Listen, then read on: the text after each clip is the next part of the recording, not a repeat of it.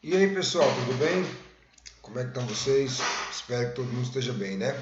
Então é o seguinte, vamos continuar aqui trabalhando sobre bioquímica celular e agora nós vamos falar sobre ácidos nucleicos, beleza?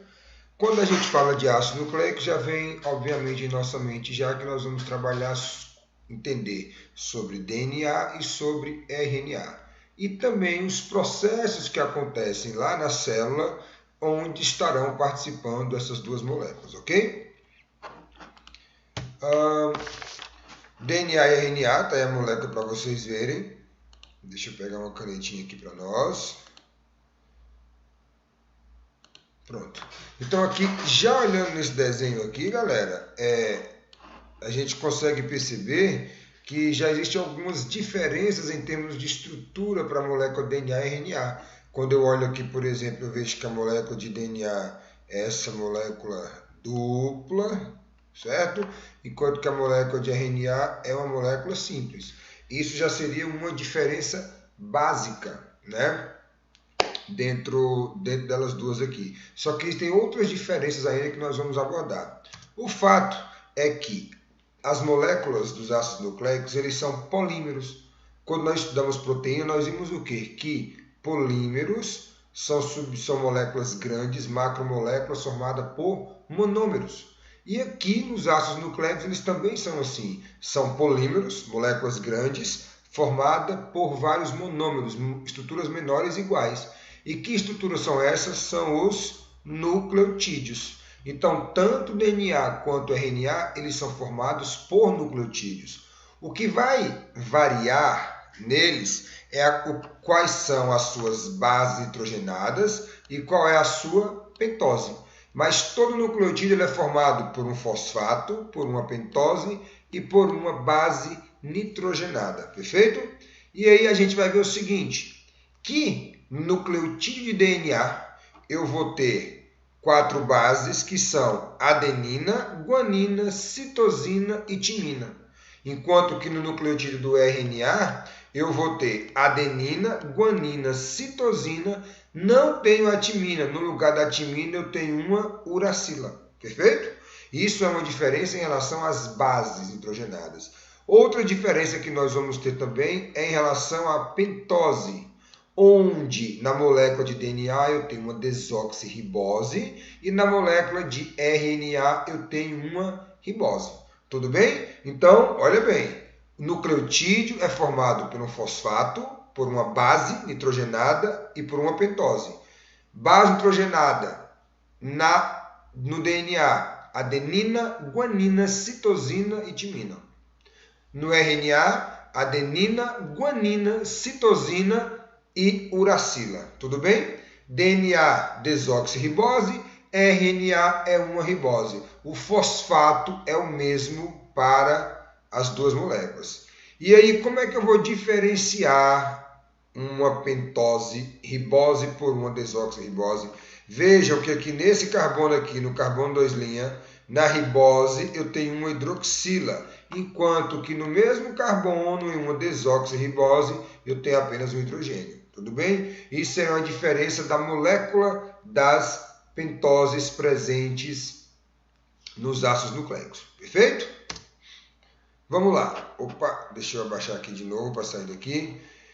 Como a gente viu, existem essas 4 bases e elas vão apresentar uma correspondência, gente, nessas bases, que é uma regra chamada uma regra de Chargaff, onde na molécula DNA, uma adenina ela sempre vai se ligar a uma timina e uma guanina sempre vai ligar o quê? Uma citosina.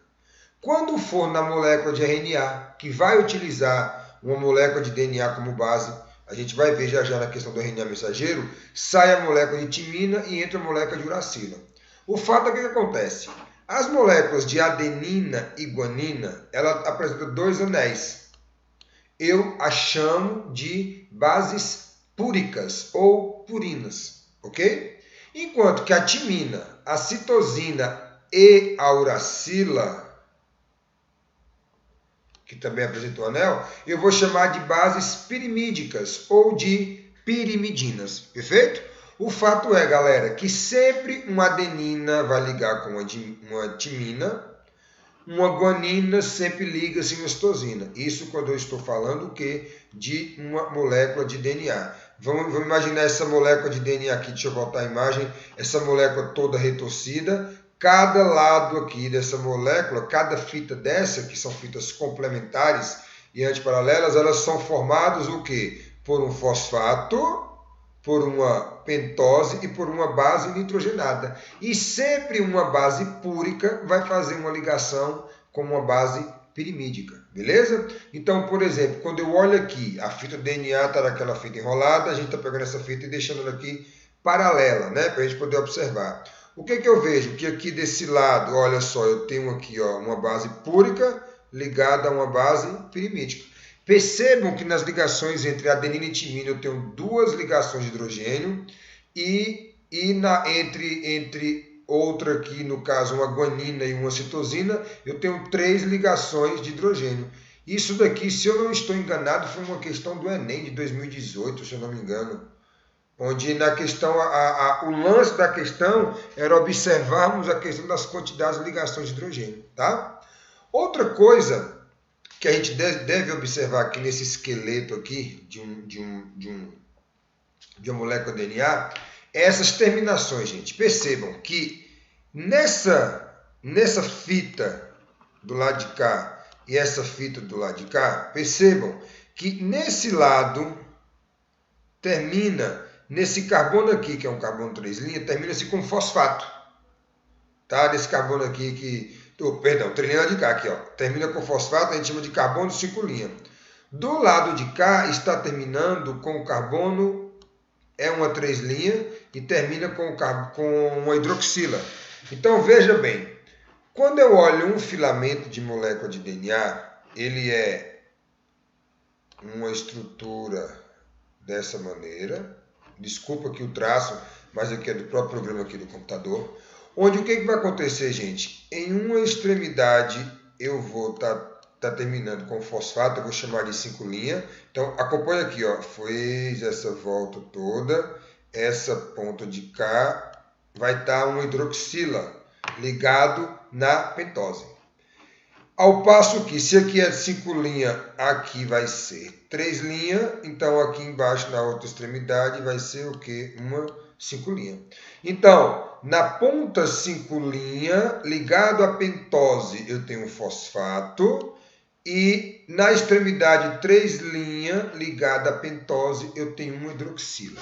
Por que eu estou falando isso, essa questão de extremidade 5' e 3'? Porque a gente vai ver nos processos que acontecem na molécula de DNA que é muito importante nós compreendermos que os processos eles sempre seguirão uma padronização, onde sempre vai acontecer os processos que a gente vai ver de replicação, de transcrição, sempre no sentido 5', 3'. Isso é muito importante a gente saber isso, tá? Que enquanto uma extremidade tem 5', na outra extremidade tem 3', tá bom? Vamos seguir. Galera, tem um dogma da biologia molecular, que é uma ideia central, isso foi proposto por Crick, deixa eu ver aqui em que ano, 1956, né? Essa ideia do dogma da biologia, ou seja, que toda proteína ela só vai ser sintetizada e produzida, obviamente, porque havia o que? Uma informação genética no DNA. E necessariamente passa por esse processo de transcrição, depois tradução, que é onde vai de fato sintetizar a proteína. Em 1970, né, da 70 para cá, o que acontece é o seguinte, que o dogma não mudou, o dogma ainda continua esse, DNA, faz duplicação, né, que é a replicação aqui, ó, isso aqui chama replicação ou duplicação. Depois ele vai sofrer transcrição, que é para fabricar o RNA, depois ele vai ser traduzido em proteína. Acontece que descobriram que alguns organismos, como vírus, por exemplo, podem apresentar uma enzima chamada transcriptase reversa.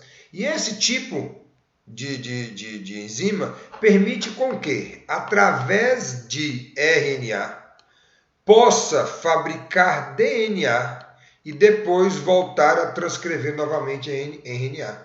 É o que a gente chama de transcrição reversa. Isso foi observado. Só que não, de qualquer forma, o dogma central ainda continua essa forma aqui. Eu só estou colocando aqui para vocês entenderem que tem sim como, a partir de RNA, fabricar DNA e novamente transcrever em RNA. Tudo bem? É o que a gente chama de transcrição reversa. Beleza? Bora continuando. Aí, vou voltar aqui um slide. Veja bem, deixa eu apagar aqui só para a gente poder ver, só para vocês entenderem que nós vamos trabalhar isso aqui, ó. Veja só. Vamos botar a caneta. Vamos voltar a caneta. Muito bem. Nós vamos entender esse processo aqui agora, que é um processo chamado de duplicação ou replicação do DNA. Que é o quê? Quando uma molécula de DNA ela vai acabar duplicando e virando duas. Por que isso acontece? Veja bem, quando a gente vai observar lá nos processos, no ciclo celular de divisão celular, seja mitose, seja meiose, nossas células elas estão se dividindo, elas estão se multiplicando. E ao fazer isso, obrigatoriamente nós temos o quê? Que duplicar esse material genético. Então nós temos que entender que essa duplicação do material genético é importantíssimo para os produtos que obviamente vão surgir dos processos de divisão celular que acontecem com nossas células, tá bom? E aí nós vamos começar a falar agora cada processo. Primeiro aqui a replicação, depois nós vamos estudar a transcrição e por último a tradução até chegar na proteína. Olha bem, a replicação do DNA, veja bem, lembre-se que a molécula DNA ela é uma molécula assim, né, gente? Ela é uma molécula helicodizada, enrolada, tudo belezinha. Agora vamos pegar essa molécula de DNA e vamos esticar ela aqui, tá bom? E vamos entender que a partir daqui ela vai duplicar. Cada fita dessa daqui ela vai se transformar em mais outras duas, beleza? Acontece o seguinte, que a fita, a molécula DNA é uma molécula muito grande. Imagine quando eu pego uma coisa toda enrolada e vou esticar ela, né? Veja bem, ao fazer isso aqui, a molécula de DNA ela fica uma molécula bem compridona, bem grandona aqui. Aqui a gente mostra a imagem aqui para vocês aqui, ó, a fabricação de uma molécula de DNA novo. Perceba que cada fita dessa, ela vai servir como um molde para fabricar uma fita nova. Olha aqui embaixo aqui na replicação completa, ó. Eu tenho uma fita azul e tenho uma fita dessa cor aqui, lilás, roxa, né? Que é uma fita complementar a essa. Essa aqui é fita nova. Aqui em cima, ó, fitinha azul, essa fitinha roxa, fita nova. Então perceba que aqui eu tenho uma molécula de DNA e aqui eu tenho outra molécula de DNA. Percebam, gente, que aqui está mantendo uma fita velha e fabricando uma fita nova. Uma fita velha e uma fita nova. Nós vamos falar que a replicação do DNA ela é semi-conservativa, porque ela mantém uma fita original e fabrica uma fita nova. Mas aí como é que começa esse processo de replicação? Percebam que a fita ela é algo muito grande. Então, nesses pedaços da fita, nós vamos ter algumas regiões que nós vamos dar o nome de bolhas de replicação. Certo? Que vai acontecer. Então, ó, vai acontecer aqui. Em várias partes do DNA vai acontecer o quê? O processo de replicação para poder fazer o quê? Essas novas fitas. E outra coisa, esse processo ele é unidirecional. A gente vai ver que vai ocorrer replicação para cá e vai ocorrer replicação para lá. É aí que nós vamos entender aquela questão dos 5 linhas, 3 linhas nas extremidades. Tudo bem? Perceba, gente, que cada região dessa forma aqui também é o que a gente chama de forquilha, que é essa região aqui, ó. Né? Veja bem, forma essas bolhas, dessa forquilha, vai acontecer um processo para cá, vai acontecer outros processos para lá. E elas vão se encontrar em determinados momentos, tá bom? Mas eu quero que vocês observem isso aqui. Eu peguei essa fita, estiquei ela para a gente poder entender. Mas vamos passar pelo processo aqui para a gente ver o que está acontecendo. Pessoal, então, como eu tinha falado para vocês, a replicação do DNA, ela é uma replicação do tipo semi-conservativa, correto? Deixa eu pegar uma canetinha novamente aqui, que saiu a caneta. Ela é do tipo semi-conservativo. Ficou vermelho, eu quero pegar a cor preta. Ok, pronto. Deixa eu ficar aqui em cima aqui. Então, veja bem, o que a gente pode observar? Lembra que eu comentei aquela questão da importância de nós observarmos as extremidades da molécula de DNA. Então, a gente viu que a molécula está aqui, forma bolhas, que vai acontecer esse processo de aplicação em vários lugares, perfeito? E aí o que vai acontecer? Percebam que aqui nessa extremidade eu tenho 3 linhas. Então, se nós acompanharmos aqui, galera, olha só, nessa extremidade aqui eu vou ter o quê? 5 linhas.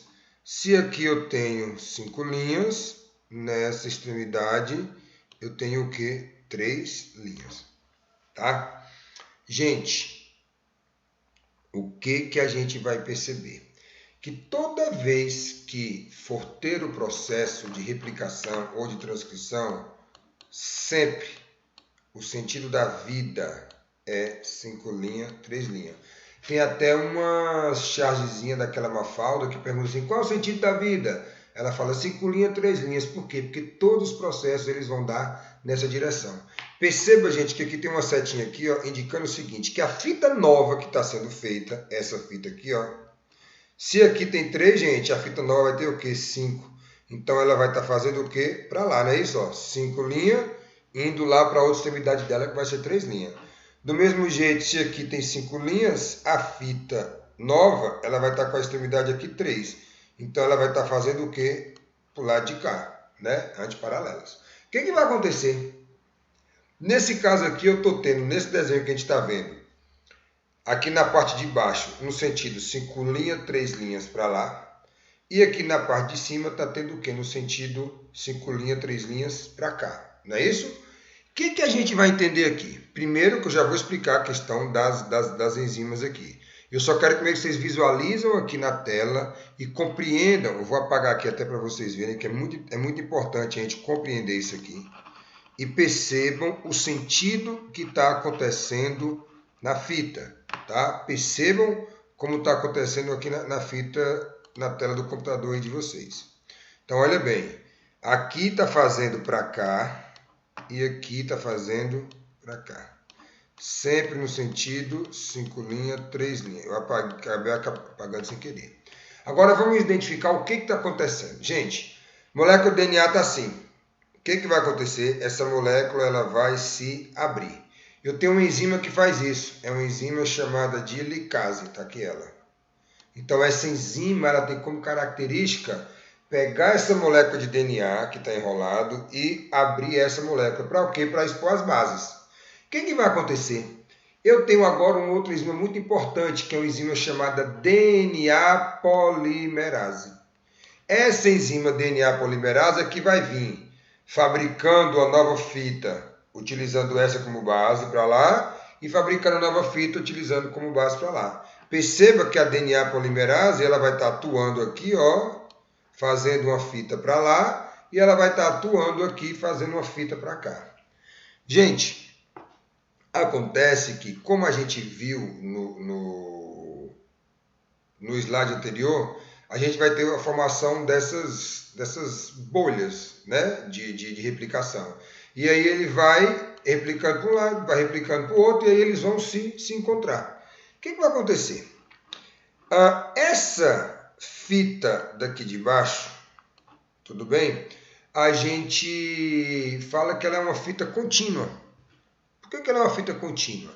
Porque a molécula de DNA polimerase ela vem, fabrica toda a fita sem ter nenhum tipo de interrupção em relação a isso. Por quê? Porque a DNA polimerase ela vem e faz isso aqui na fita. Ela vai e faz isso aqui na fita e está indo para lá. Porque se você for observar, a molécula de DNA ela continua aqui. Já na outra parte, que está fazendo para o lado de cá, perceba que a molécula de DNA polimerase ela vai iniciar fazendo a replicação aqui, mas quando chega aqui ela finaliza. O que ela faz? Ela volta e começa a pegar o quê? Um outro pedaço e começa a fazer todo o processo de novo. Acontece que nessa fita aqui, que a gente chama de fita atrasada, né? A gente pode falar assim, essa fita ela vai apresentar pequenos espaços entre DNA polimerase foi sintetizou, aí ela voltou para sintetizar outra. Esses pequenos espaços que a gente tem, a gente chama de fragmentos de Okazaki, tá? Esses fragmentos de Okazaki, eles são corrigidos posteriormente por essas enzimas chamadas de ligase, tudo bem? Então a ligase é a enzima que tem como característica fazer esse processo aí de fazer essa revisão e tirar esses fragmentos de Okazaki e fazer com que a fita ela fique de forma contínua. Enquanto que aqui a fita vai começar a replicação como um todo. Pessoal, isso tudo só vai iniciar se por uma enzima chamada DNA primase, ela vai fazer um primer de iniciação, tá?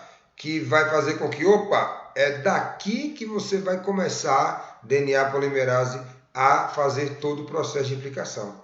Então eu tenho que entender que eu tenho a helicase que abre, a DNA polimerase que faz a fita nova, a DNA ligase que retira os fragmentos de Okazaki, a primase que é o que faz com que tudo isso se inicia, e depois que fez uma fita aqui em cima, fez uma fita aqui embaixo, essa enzima chamada topoisomerase, ela vai dar estabilidade à fita e volta a fazer com que a fita ela se helicoidize de novo, ela se enrole novamente, beleza?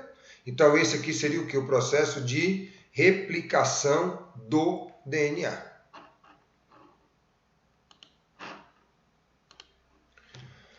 Então, continuar aqui, gente, minha internet deu uma travada aqui, minha imagem ficou meio borrada aqui, mas agora restabeleceu. Veja bem, então a gente falou dos processos aqui, de entender como é que é a estrutura da molécula de DNA, tal, agora vimos como é que funciona a questão da replicação do DNA, então a gente percebeu que o que vai acontecer aqui, eu vou ter uma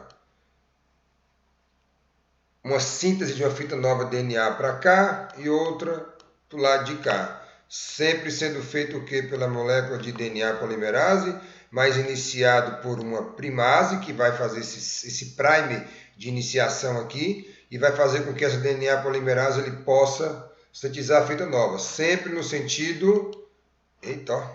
sempre no sentido 5 linhas, 3 linhas. Então aqui está fazendo para cá e aqui está fazendo para o lado oposto. Aqui, como é a fita atrasada, a fita descontínua, formou esses fragmentos chamados de fragmentos de Okazaki. Fragmentos esses que são reparados depois pela enzima DNA ligase, tá bom? E aqui, a topoisomerase, ela volta a dar estabilidade à fita e faz com que essa fita enrole de novo. Vamos continuar. Aí a gente vai entrar na próxima etapa, que é a etapa chamada de transcrição. Mas antes eu preciso apresentar para vocês os tipos de RNAs que se tem. Por quê? A transcrição é onde vai fazer o que? O RNA mensageiro. Mas para nós entendermos como é que a molécula DNA, como eu falei lá no início da aula, ela é uma fita simples, que vai ter adenina, citosina, guanina e agora vai ter o que? Uma uracila. Beleza? Lembrando que a adenina e guanina é base púrica, citosina e uracila aqui é base pirimídica. E aí eu vou ter o RNA mensageiro, que é aquele que vai levar a informação que está no DNA para que ocorra a síntese. Eu tenho os RNAs ribossômicos, que ele é um componente estrutural do próprio ribossomo e vai ajudar com que o processo de tradução aconteça. E eu vou ter o RNA transportador, que é um RNA importantíssimo no processo de tradução, que é ele que vai transportar os aminoácidos e colocá-los em suas posições específicas ao fazer a leitura do RNA mensageiro, tá bom? Mas vamos lá primeiro falar da etapa de transcrição. O que é a transcrição? A transcrição é a síntese de RNA mensageiro a partir de uma fita de DNA. O que vai acontecer? Enquanto que lá na replicação eu tinha uma DNA polimerase, aqui na transcrição eu tenho uma RNA polimerase. É aquele mesmo esquema, uma região do DNA que contém um gene. O que é um gene? É um pedaço do DNA que contém uma informação genética que ela vai ser traduzida ou não. Se tiver algum erro, pode ser que ela não ocorra nessa tradução efetiva. Mas o gene é uma porção do DNA que contém uma informação genética. E o RNA mensageiro é quem vai levar essa informação. Então, no momento que vai acontecer o processo de transcrição, a fita do DNA se abre, também a helicase que faz o processo, vai expor uma fita de DNA, uma vai ser utilizada como molde, e aí a RNA polimerase vem também no sentido 5 linha, 3 linha, e fabrica uma fita nova de uma fita de RNA mensageiro. E o que a gente percebe, gente? Como vai acontecer o pareamento das bases, enquanto que na fita de DNA tem uma adenina, na fita de RNA vai ter um uracila. Se no DNA tiver uma timina, no RNA vai ter uma adenina. Se tiver uma guanina, vai ter uma citosina e assim por diante. Sempre aqui vai ser A com U, ok? Se aqui for DNA e aqui for RNA. E G com C, tudo bem? Então, fita de DNA tem adenina, no RNA vai ter uma uracila. Se tiver uma timina, vai ter uma adenina e assim por diante. Então, passa a fita, a RNA polimerase faz a fita de RNA mensageiro. O que vai acontecer agora? Essa molécula, depois que fez a mensagem, a molécula de DNA vai e se enrola novamente e pronto. A molécula de RNA mensageiro, ela vai levar essa informação para o citoplasma da célula, onde vai ocorrer a tradução. Lembrando que esse processo de transcrição em células eucarióticas, obviamente, que vai acontecer dentro do núcleo. E a primeira coisa que vai ser formado, gente, é um pré-RNA, nem é um RNA propriamente dito. Por quê? Porque algumas regiões desse RNA, vai formar algumas regiões que nós chamamos de introns e exons. Veja bem, os introns são regiões do RNA, vamos pensar como RNA, o intron seria uma região do RNA, onde ele é uma região, vamos dizer, indesejada, digamos assim, indesejada. Ele não contém a informação que vai ser utilizada para poder traduzir na proteína que a gente quer. Então perceba que eu tenho a fita de RNA mensageiro, que foi feito lá através do DNA, e aí algumas regiões são regiões não codificadoras. Já foi muito tempo chamado DNA lixo e tudo mais, mas nem é um termo que se utiliza tanto, porque o DNA lixo é uma coisa meio pejorativa, digamos assim. E esse DNA lixo, vamos assim dizer, ele tem algumas funções como sinalizadores químicos e tudo mais. Ainda não foi estudado muito, não tem uma definição assim direito dele, mas já consegue perceber que eles têm algumas funções, tá? Mas o que vai acontecer? Eu quero explicar para vocês esse processo chamado de splicing, ou splicing, né? Na tradução, o splicing que acontece na molécula de RNA. Então, aqui no splicing, o que vai acontecer? Eu tenho uma fita de RNA, onde eu tenho o exon, que é uma região codificadora, uma região que contém informações para que ocorra a expressão gênica e a proteína seja traduzida, e eu tenho essa região chamada de intron, que é uma região que tem que se retirar. O que vai acontecer? Vai acontecer essa formação desse nó, vamos assim dizer, através aqui, e vai formar o que a gente chama de spliceossomo, correto? Como se fossem enzimas que vêm aqui e cortam mesmo o pedaço. Então esse spliceossomo vem, corta esse pedaço do intron, retira esse intron e aí os exons se unem. Quando consegue fazer esse reparo todinho, retirando esses introns da molécula de RNA mensageiro, aí eu deixo de ter um pré-RNA e aí eu já tenho o quê? Um RNA totalmente maduro, totalmente formado. Aí esse RNA de uma célula eucariótica ele vai sair do núcleo e vai lá para o ribossomo para que ocorra o processo de tradução. O que vai acontecer? Se a gente for fazer uma comparação entre célula bacteriana, que é uma célula procariótica, e uma célula eucariótica, perceba, gente, que na célula procariótica, na bactéria, não tem carioteca. Então, está lá ocorrendo a transcrição e já está fazendo transcrição aqui, fazendo tradução aqui. Então, às vezes, em bactérias pode acontecer erros. Às vezes, essas mutações que pode acontecer em bactérias, de características novas e tudo mais, é justamente porque numa célula bacteriana, por não ter esse núcleo, não ter essa coisa individualizada, automaticamente, quando eu tenho a transcrição, já acontece a tradução. Então, não existe outros processos para ajudar a fazer essa correção, que no caso é o splice que nós acabamos de ver.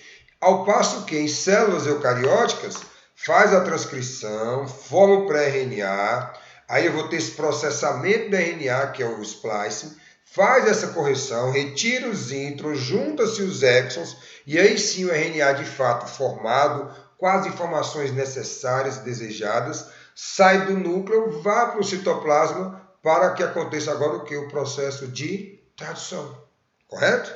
Então, há uma diferença importante em relação às células procarióticas e às células eucarióticas nessa questão de não ocorrer na célula procariótica esses processamentos que vai fazer essas correções.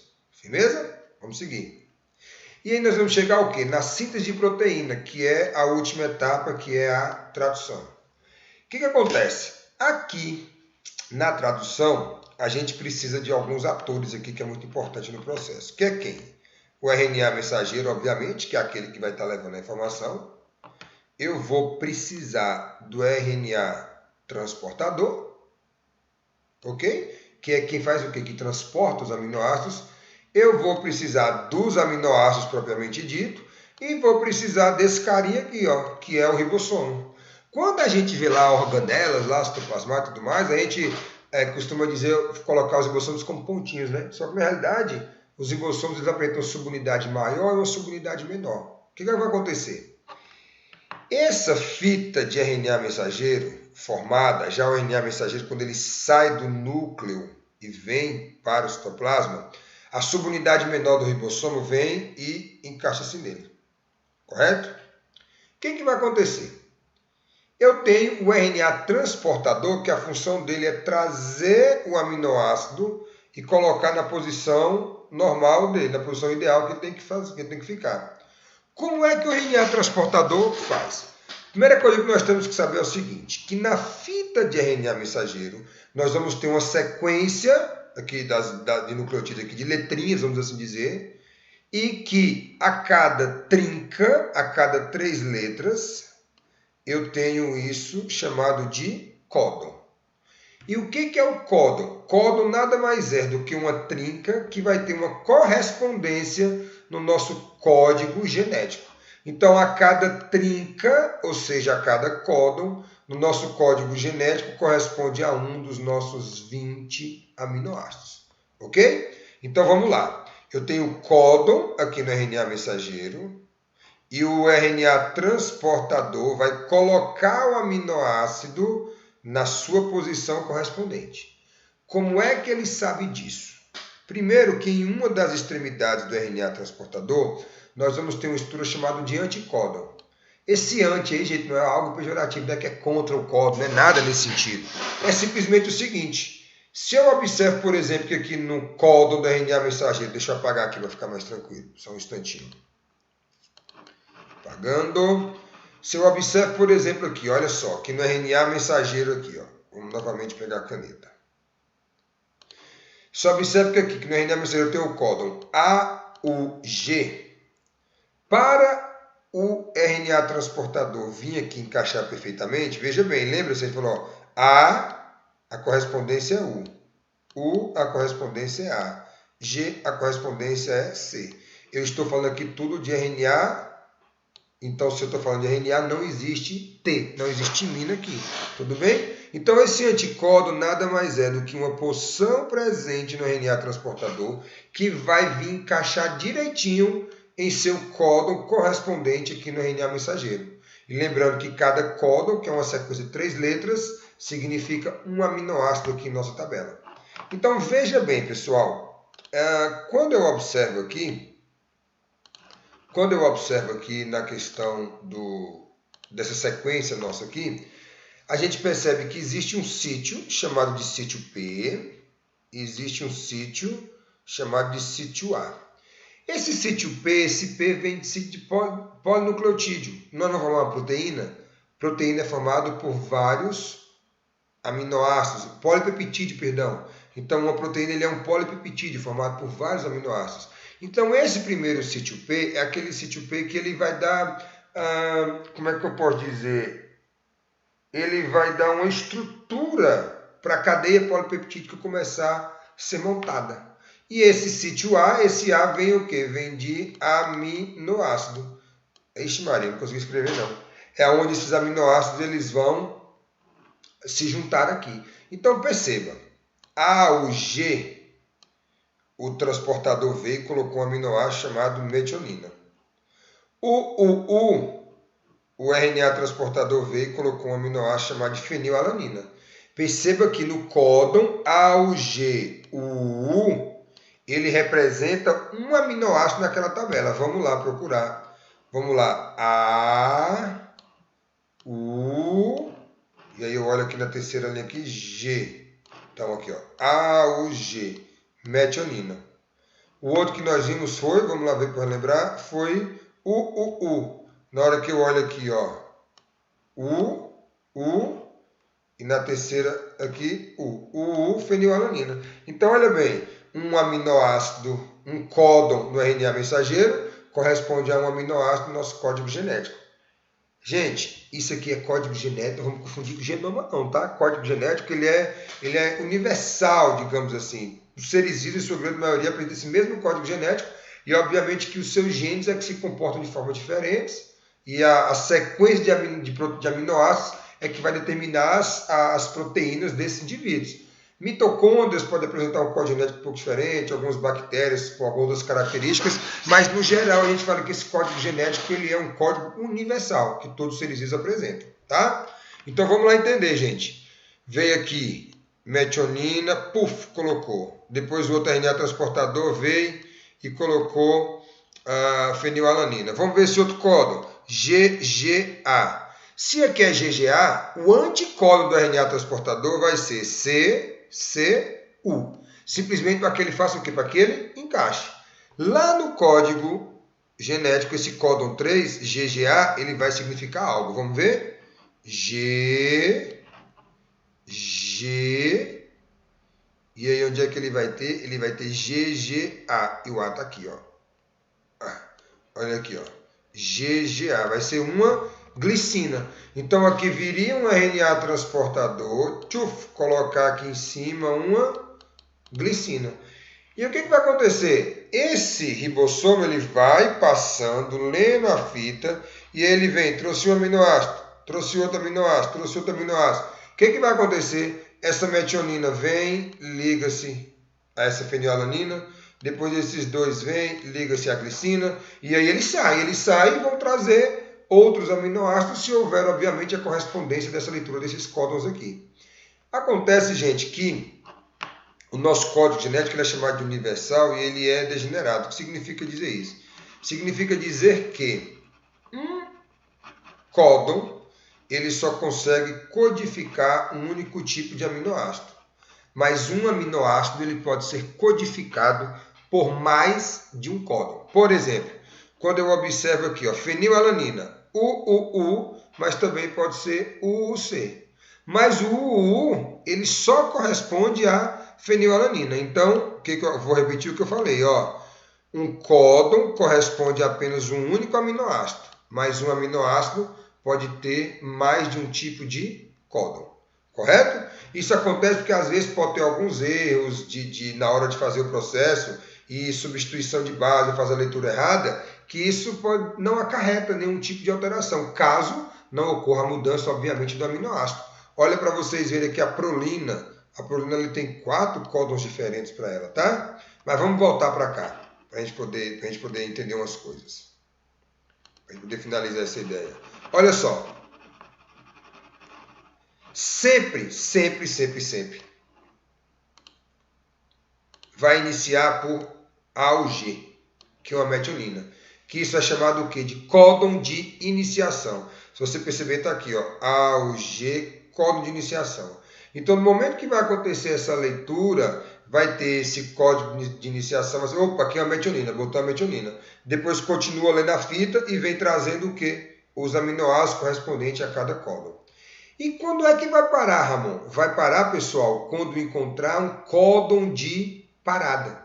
Que aí a gente vai observar que existem 3 códons de parada. O AA, o AG, o GA. Então eu posso ter um gene que tem 10 códons, eu vou colocar 10 aminoácidos. Mas eu posso ter um gene que tem 10.000 códons, eu vou colocar 10.000 aminoácidos. O fato é que ele vai começar... Tem esse sítio P, onde vai iniciar o processo, e é onde eu vou colocar uma metionina, e aí eu vou colocando os aminoácidos. Quando ele chegar no momento que ele encontrar um códon desse, que é chamado de códon de parada, que não codifica nenhum aminoácido, é porque, opa, acabou o processo, agora é a proteína, tá? Eu trouxe aqui esse outro lado para vocês verem aqui, ó, só para vocês terem uma ideia. Ó. Tá vendo? Vai tendo a leitura. Então, o que acontece? Um RNA transportador vem, puf, coloca o aminoácido correspondente. E aí, na hora que todo o processo estiver feito, vai sair nossa proteína aqui bonitinha, formado por vários aminoácidos. Lembrando que sempre começa com a metionina e vai terminar com o códon de parada. Eu acho que eu vou ter um videozinho aqui só para vocês verem essa animação, para vocês verem que interessante, para vocês poderem entender todo o processo que vai acontecer desde a transcrição até começar a fabricação ou a síntese de proteína. Vejam só.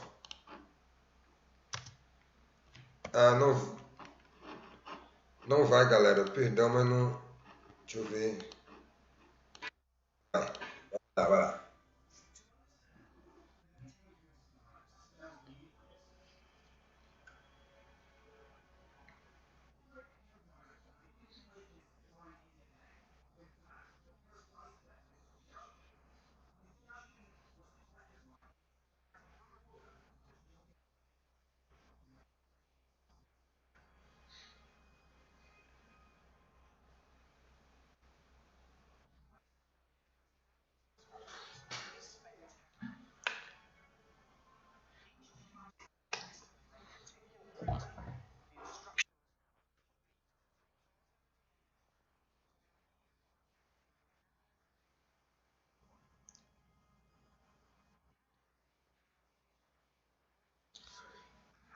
Saindo do núcleo e indo para o citoplasma fazer a síntese.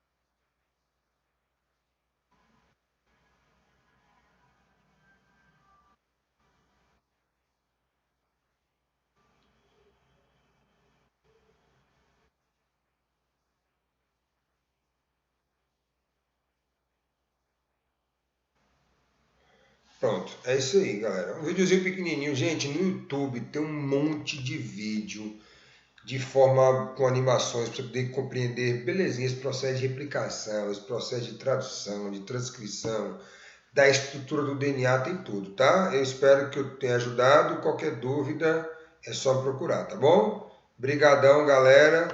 Fica em casa, essa é a pegada. Valeu?